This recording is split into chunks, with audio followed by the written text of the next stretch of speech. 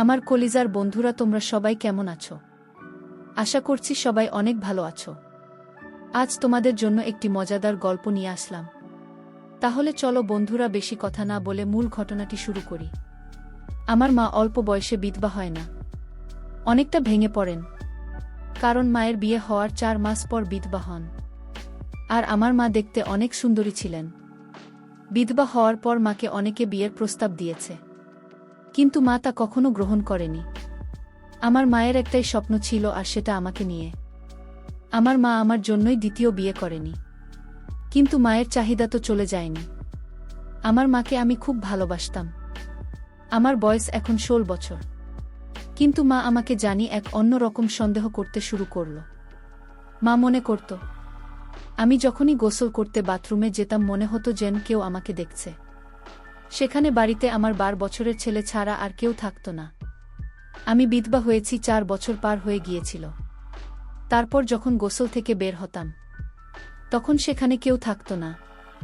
আমার ছেলেকে তার রুমে পড়াশোনা করতে দেখতাম। সেই রকমই একদিন আমি বাথরুমের দরজা বন্ধ করে আমি রুমে ঢুকলাম। তার কিছুক্ষণ পরে আমি একজনকে হাঁটার শব্দ শুনলাম। আমি দেখলাম আমার ছেলে এক হাতে মোবাইল ধরে আছে, আর অন্য হাতে দিয়ে। আমার নাম তাহমিনা। আমি যখন বিয়ে করি তখন আমার বয়স ছিল মাত্র 16 বছর, এবং আমার বিয়েটা ছিল একটি দুর্ঘটনা। কারণ এটি আমার বোনের বিয়ে ছিল, এবং আমি আমার বোনের বিয়েতে খুব খুশি ছিলাম। আমি হাসছিলাম এবং নাচছিলাম। কিন্তু আমার বর বোন খুব বিষণ্ণ ছিল। বিয়ের সময় জানি না কার সঙ্গে বাড়ি থেকে পালিয়েছিলেন। আমরা যখন দেখলাম যে সে তার ঘরে নেই, তখন কন্যা পালিয়ে গেছে বলে আশঙ্কা করা হলো। এটা শুনে সেখানে খুব হইচই পড়ে গেল। যেখানে পালিয়েছে সবাই জানতে পারলে মান সম্মান চলে যাবে। কিন্তু এই বিষয়টি তখনও সবার মধ্যে ছড়িয়ে পড়েনি। আমার বোনের শাশুড়ি চিৎকার করে বলল, চলো ফিরে যাই। সবাই বুঝিয়ে বলছিল যে তুমি ফিরে এলে আমরা কাউকে মুখ দেখাতে পারব না। আমার ভগ্নিপতি সম্ভবত ইতিমধ্যে আমার উপর নজর রেখেছিলেন। তখন তিনি বললেন, তাহলে ছোট বোনের সাথে সম্পর্কটা করিয়ে দাও, যাতে তোমরা সম্মানিত হব এবং আমরাও সম্মানিত হব।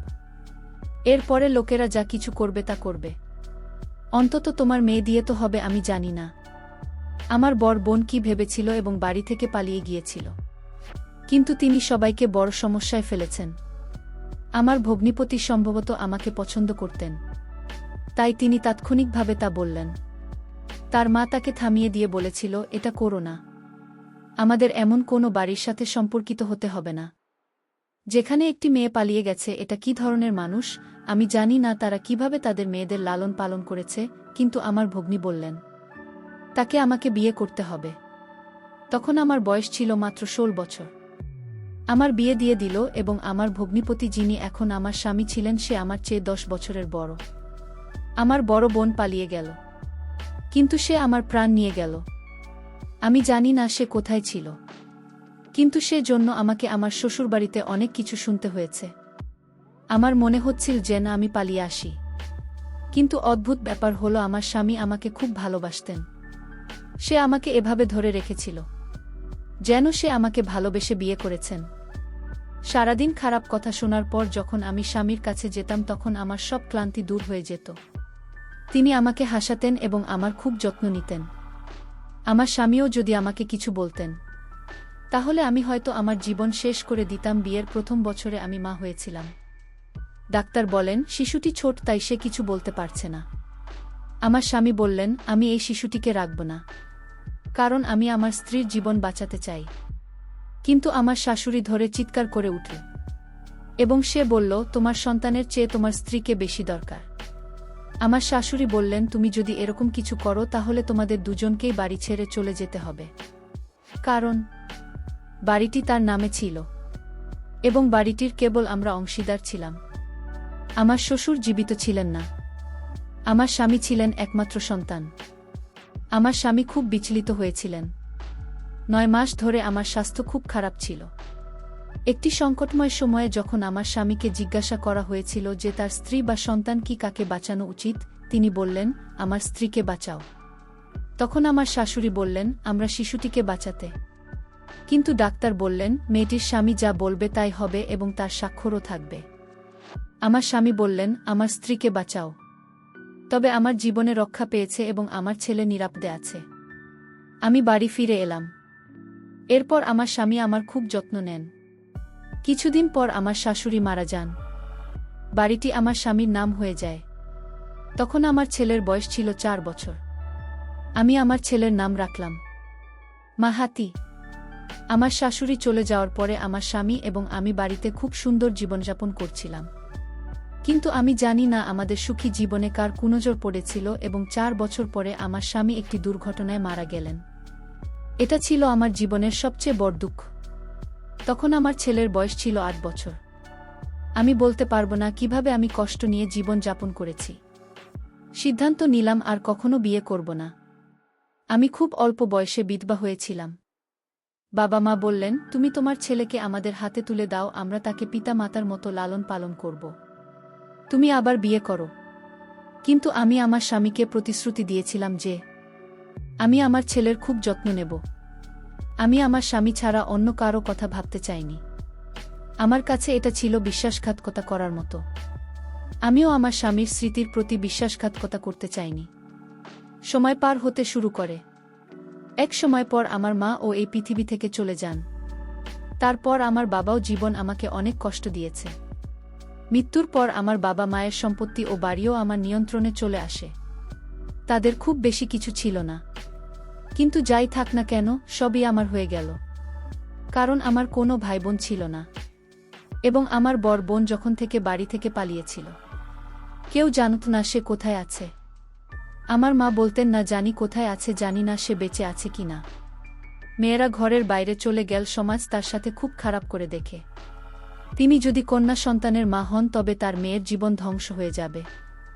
সবাই এটাই বলবে, তোমার মা বাড়ি থেকে পালিয়ে এসেছে। আমার মা প্রায় আমার বোনের জন্য দোয়া করতেন, কিন্তু আমি আমার বাবার মুখ থেকে কখনো তার নাম শোনেননি। আমি আমার পরিবারের মর্যাদা বাঁচিয়েছি। এই কারণেই আমি ছিলাম তার প্রিয় কন্যা। দেখতে দেখতে সময় পার হয়ে গেল। আমার ছেলের বয়স 16 বছর। বাড়িতে আমি আর আমার ছেলে একমাত্র ছিলাম। আমি আমার বাবা মায়ের দেওয়া বাড়িটিও বিক্রি করেছি এবং বাজারে 2টি বাস কিনে ভাড়া দিয়েছি। আর ওই সব দোকানের ভাড়া দিয়ে আমার সংসার চালানো হতো। প্রথম দিকে ভাড়া খুব কম ছিল এবং সংসার চালানো কঠিন ছিল, কিন্তু সময়ের সাথে সাথে তা ঠিক হয়ে যায়। আমরা দুজন মানুষ ছিলাম, তাই খুব বেশি খরচ হয়নি। শিশুটিকে স্কুলে পাঠানো হয়েছিল এবং তারপরে কলেজে পাঠানো হয়েছিল যাতে সে পড়াশোনা করতে পারে।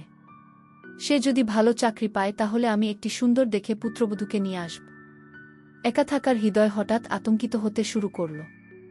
গ্রীষ্ম হোক বা ঠান্ডা, আমি হঠাৎ খুব গরম অনুভব করতাম। এতটাই যে আমি তৎক্ষণাৎ গোসল করতে যেতাম। যতদিন শরীরে জল পড়ত ততদিন শান্তি লাগত। ডাক্তারের কাছে জানতে চাইলে তিনি বলেন, আপনি জীবনে অনেক কষ্ট করেছেন। প্রথমে আপনার স্বামী, তারপর আপনার বাবা মা চলে গেলেন। আপনার পরও জীবনেও ছিল সাথীহীন। যখন কোনো ব্যক্তির কোনো রোগ হয় তখন টেনশন হয়, তাই তিনি যেন ভালোভাবে দেখাশোনা করেন এবং যাতে বিশ্বাস বুঝতে পারে যে তিনি খুব শক্তিশালী ব্যক্তি। কিন্তু তিনি টেনশন নিচ্ছেন কারণ এটা কোনো সহজ কাজ নয়। এবং পরে সে কিছু অদ্ভুত রোগের অস্তিত্ব উপলব্ধি করে এত কষ্ট পেত। আমি জন্মাইনি দুঃখ মানুষকে হত্যা করে। এই কারণে হঠাৎ আমার হৃদয় আতঙ্কিত হতে শুরু করত এবং আমি গোসল করতে বাথরুমে যেতাম। একদিন একটা অদ্ভুত ঘটনা ঘটে। এক রাতে আমার হৃদয় কাঁপতে শুরু করে এবং আমি বুঝতে পারছিলাম না কি করব। আমি তখন গোসল করতে বাথরুমে গেলাম, কিন্তু আমার মনে হলো যেন কেউ বাথরুমের বাইরে দাঁড়িয়ে আছে এবং আমার দিকে তাকানোর চেষ্টা করছে। আমাদের বাথরুম ছিল খুবই ছোট, সুতরাং স্কাইলাইটের ভিতরে উকি দেওয়া কোনো কঠিন কাজ ছিল না। হঠাৎ আমার হৃদয় কেঁপে উঠল। আমি পুরোপুরি ভয় পেয়েছিলাম এবং দ্রুত গোসল সেরে বাথরুম থেকে বেরিয়ে এলাম, কিন্তু আমার আশেপাশে কেউ ছিল না। তখন রাত 1টার সময় সেখানে কে থাকতে পারে? হয়তো আমার ভুল ছিল, কিন্তু পরের দিন আবার একই রকম ঘটনা ঘটে। আর এবারও আমি কারো ছায়া দেখতে পেলাম। আমি একটি ছোট ছেলের মা ছিলাম। তখন আমার বয়স ছিল 30 বছর। আজকাল আমাদের ভাগ্য এতটাই খারাপ হয়ে গেছে যে আমরা কল্পনাও করতে পারি না যে বিশ্ব কোথায় যাচ্ছে। আমার সন্দেহ হয়েছিল যে কেউ আমার একটি ভিডিও তৈরি করার চেষ্টা করছে। আমি তাড়াতাড়ি বের হয়ে এলাম, কিন্তু সেখানেও কেউ ছিল না। আমি আমার ছেলের রুমে গেলাম, কিন্তু আমি যখন রুমে গেলাম দেখলাম সে ফোন চালাতে ব্যস্ত ছিল। আমি তাকে কিছু বলিনি। সে একজন যুবক ছিল। আমি বললাম, আমার মনে হয় কেউ ঘরে ঢোকার চেষ্টা করছে।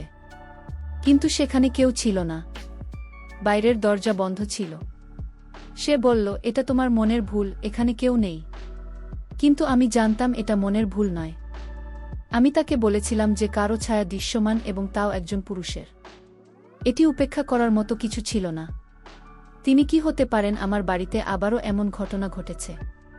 পরের দিন আমার স্বাস্থ্যের আবার অবনতি হতে শুরু করে। আমি ভেবেছিলাম যদি আমার স্বাস্থ্য খারাপ হয় তবে এটি ঘটতে থাকবে।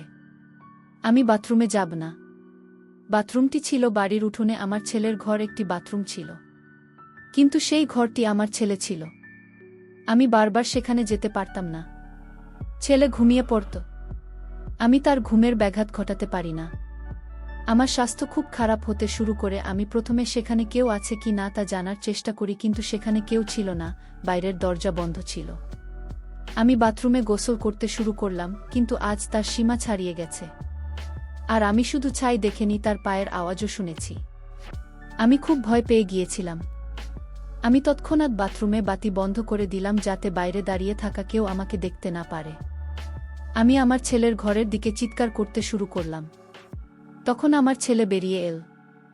আমি তাকে বললাম, তুমি মনে হয় এখনই ঘুম থেকে জেগে উঠলে। কিন্তু আমার মনে হয় বাড়িতে কেউ আছে। কিন্তু মনে হচ্ছে যে আমার ছেলে এখনও ঘুম থেকে উঠল। সে আগে থেকেই জেগেছিল। আমি আমার পুরো বাড়িটা দেখলাম, কিন্তু বাড়িতে কেউ ছিল না। তাই সে আমাকে বসিয়ে বলল, তুমি সারাদিন কেন এত মন খারাপ করো? তুমি কিভাবে সারাদিন, তুমি কি এত টেনশন করো?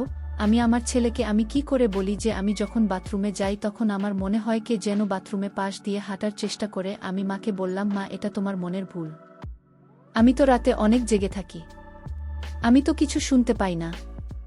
আমি আমার ছেলেকে বললাম, এটা আমার মনের ভুল হতে পারে না। আমার মাকে আমি বললাম, মা, তুমি টেনশন করতে করতে তোমার মাথায় উল্টোপাল্টা বলছো, আর তাই সিদ্ধান্ত নিচ্ছি আজ আমি তোমার ঘরে ঘুমাব, মা। আমার মা ও তখন বলল, ঠিক আছে, আজ থেকে তুই আমার রুমে ঘুমাবি। তারপর রাতের খাওয়া দাওয়া সেরে আমি আমার মা ঘুমিয়ে পড়লাম। রাত যখন গভীর হল তখন আমি ঘুমাইনি। আমার মাটি কি ঘুমিয়ে পড়েছিল, মা যখন বিভোর ঘুমেছিল। আমি তখন মায়ের একটা পোশাক হাতে নিয়ে বাথরুমে গেলাম। গোসল করার ভান করলাম, কারণ আমি আজ দেখতে চাই আসলে কি আমাদের বাথরুমের আশেপাশে কেউ আসার চেষ্টা করে কিনা। আমি সেটার জন্যই বাথরুমে গোসল করার ভান করে গোসল করতে গেলাম।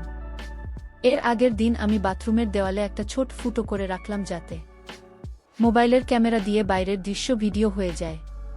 তারপর আমি যা দেখছিলাম সেটা দেখে আমার মনে হল কলিজা বের হয়ে আসছে। আমি যখন বাথরুমে ঢুকলাম তখন একটি পায়ের আওয়াজ শুনতে পেলাম।